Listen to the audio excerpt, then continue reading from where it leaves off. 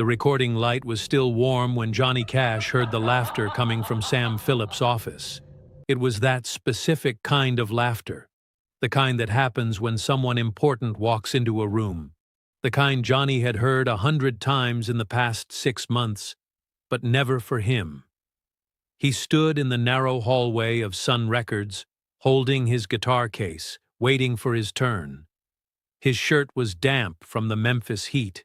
His boots were dusty from the drive up from Arkansas.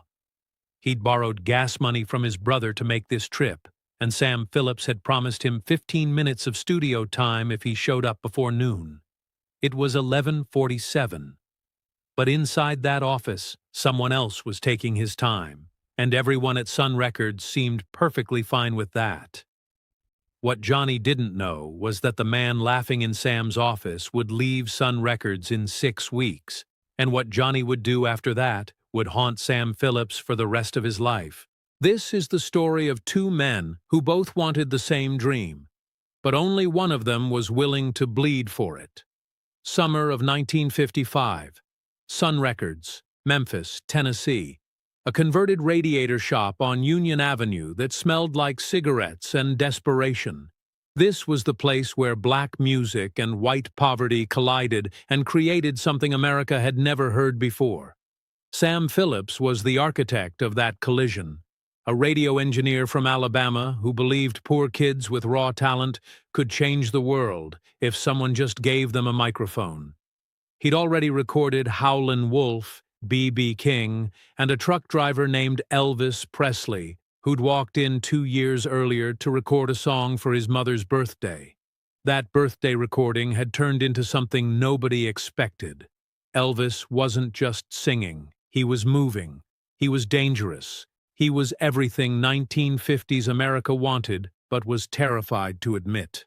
By the summer of 1955, Elvis Presley was the biggest thing Sun Records had ever seen. His singles were selling faster than they could press them. Girls were screaming at his shows. DJs were fighting to play his records first. And major labels from New York were calling Sam Phillips every single day, offering money Sam had never seen in his life.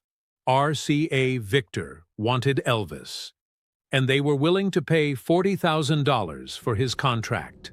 In 1955, that was a fortune. That was generational wealth. That was everything Sam Phillips had worked for, but it also meant losing the golden goose.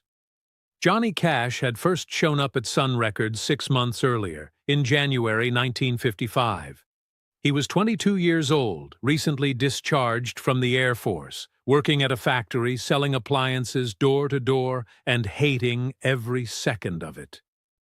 He'd grown up picking cotton in Dyess, Arkansas, one of the poorest places in America during the Depression. His older brother Jack had died in a sawmill accident when Johnny was 12, and Johnny had carried that guilt like a stone in his chest ever since.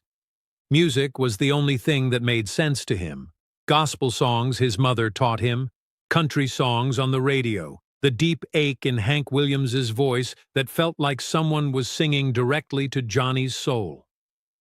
When he got discharged from the Air Force in Germany, Johnny moved to Memphis with his wife Vivian and their baby daughter. He needed work. He needed money. But more than that, he needed to stop feeling like he was suffocating.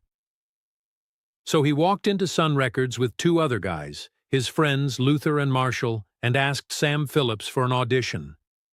Sam had listened to their gospel songs and said flatly, "I can't sell gospel music. You got anything else?" Johnny didn't. Not that day, but he promised Sam he'd come back with something original, something real. That was 6 months ago. 6 months of Johnny showing up at Sun Records every few weeks, trying to get 15 minutes of Sam's time. 15 minutes to prove he wasn't just another kid with a guitar and a dream. But every time Johnny walked through that door, Elvis was already there, in the studio, in Sam's office, in everyone's conversation. The guy Sam actually believed in, the guy who was going to make it. Johnny would sit in the hallway, listening to Elvis record through the thin walls. The voice was undeniable. The energy was electric. Even the engineers moved differently when Elvis was around, like they knew they were witnessing something historic. And then Elvis would finish his session, walk out into that hallway, and everyone would scramble. Secretaries would straighten their hair. Engineers would crack jokes they'd been saving. Sam Phillips would personally walk Elvis to his car, hand on his shoulder, like Elvis was his son. Johnny would watch this happen from a folding chair in the corner, guitar case between his knees, waiting. Nobody scrambled for Johnny Cash. The day everything changed started like every other day at Sun Records. Elvis had a session booked for the morning. Johnny had a tentative promise from Sam that if Elvis finished early, maybe Johnny could lay down a demo of a new song he'd written, something called Hey Porter. Johnny arrived at 9 a.m. Elvis's Cadillac was already parked outside, pink and ostentatious, impossible to miss. Inside, Elvis was in the recording booth, working through a song, his voice filling every corner of the building. Marion Keisker, Sam's assistant, was at her desk, typing. She glanced at Johnny when he walked in. "Sam knows you're here," she said, not unkindly. "Just give Elvis some time. He's almost done." Johnny nodded, set his guitar case down, sat in the hallway. Almost done meant another 2 hours. Elvis was a perfectionist in the studio. He'd do 15 takes to get one line exactly right. He'd stop mid-song if the feeling wasn't there. Sam Phillips let him do it because Elvis was worth it. Every take, every hour, every indulgence. It was all worth it because Elvis Presley was going to be a star. At 11:30, the studio door finally opened. Elvis walked out, grinning, sweat on his forehead, energy radiating off him like heat.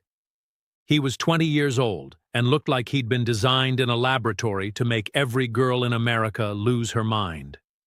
Black hair slicked back, bright eyes, that smile that seemed to suggest he knew a secret you didn't. Sam Phillips followed him out, laughing at something Elvis had said. They walked past Johnny without acknowledging him. Johnny watched them disappear into Sam's office. The door closed. More laughter. Marion glanced at Johnny. "He'll call you in when they're done talking." Johnny said nothing, just waited. 15 minutes passed, then 30, then 45. At 12:15, the office door opened.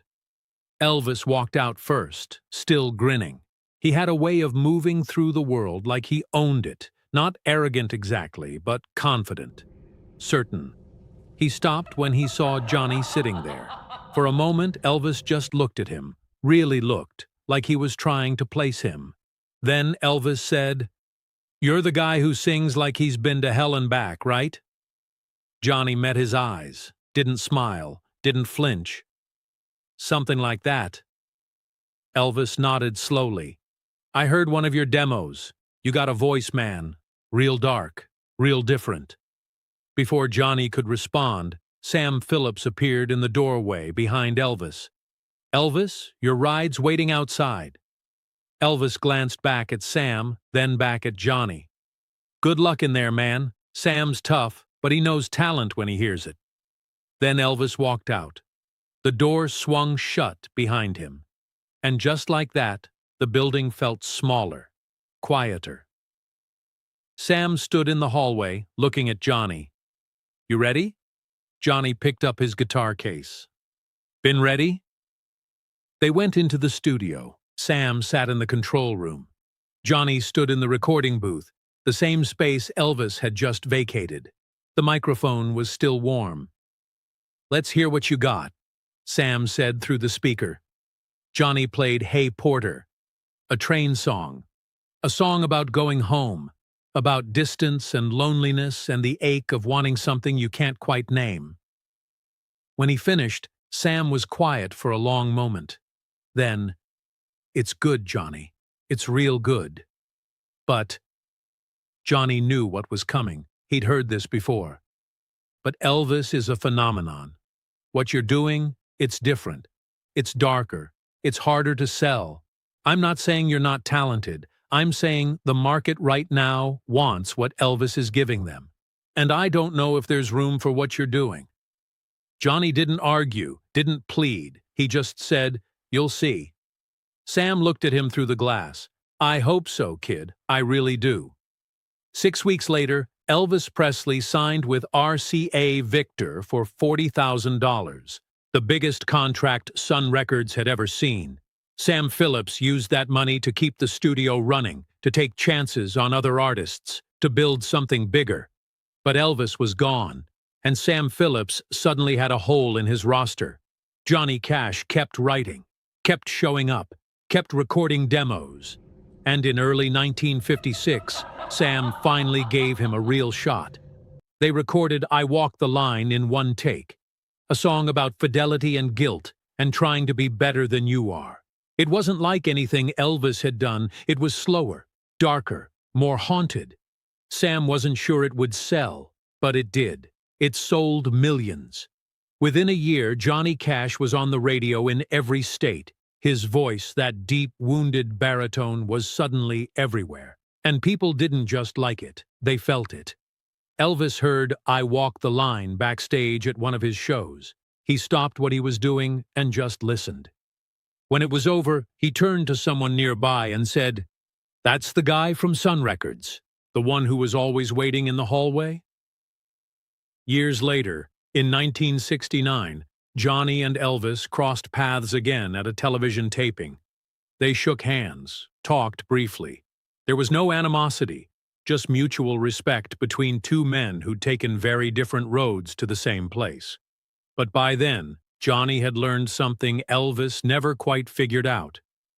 Fame wasn't about being the loudest or the brightest. It was about being the most honest.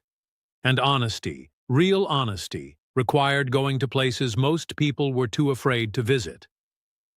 Sam Phillips never publicly said he regretted letting Johnny wait in that hallway for so many months.